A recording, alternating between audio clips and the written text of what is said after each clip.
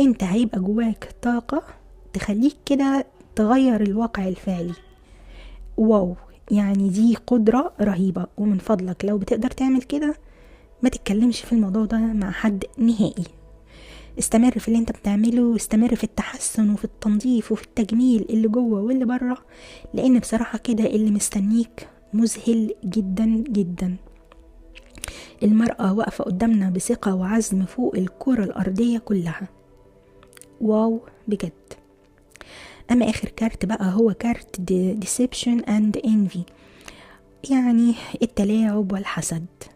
قدامنا في شخص كده لابس قناع على وشه، يعني كأنه مزدوج الرؤية، يعني بيرى أو بيكيل بمكيالين، أو بيشوف الحاجة من وجهتين نظر مختلفتين، أو هو نفسه واقف بين بعدين، بين هنا وهناك.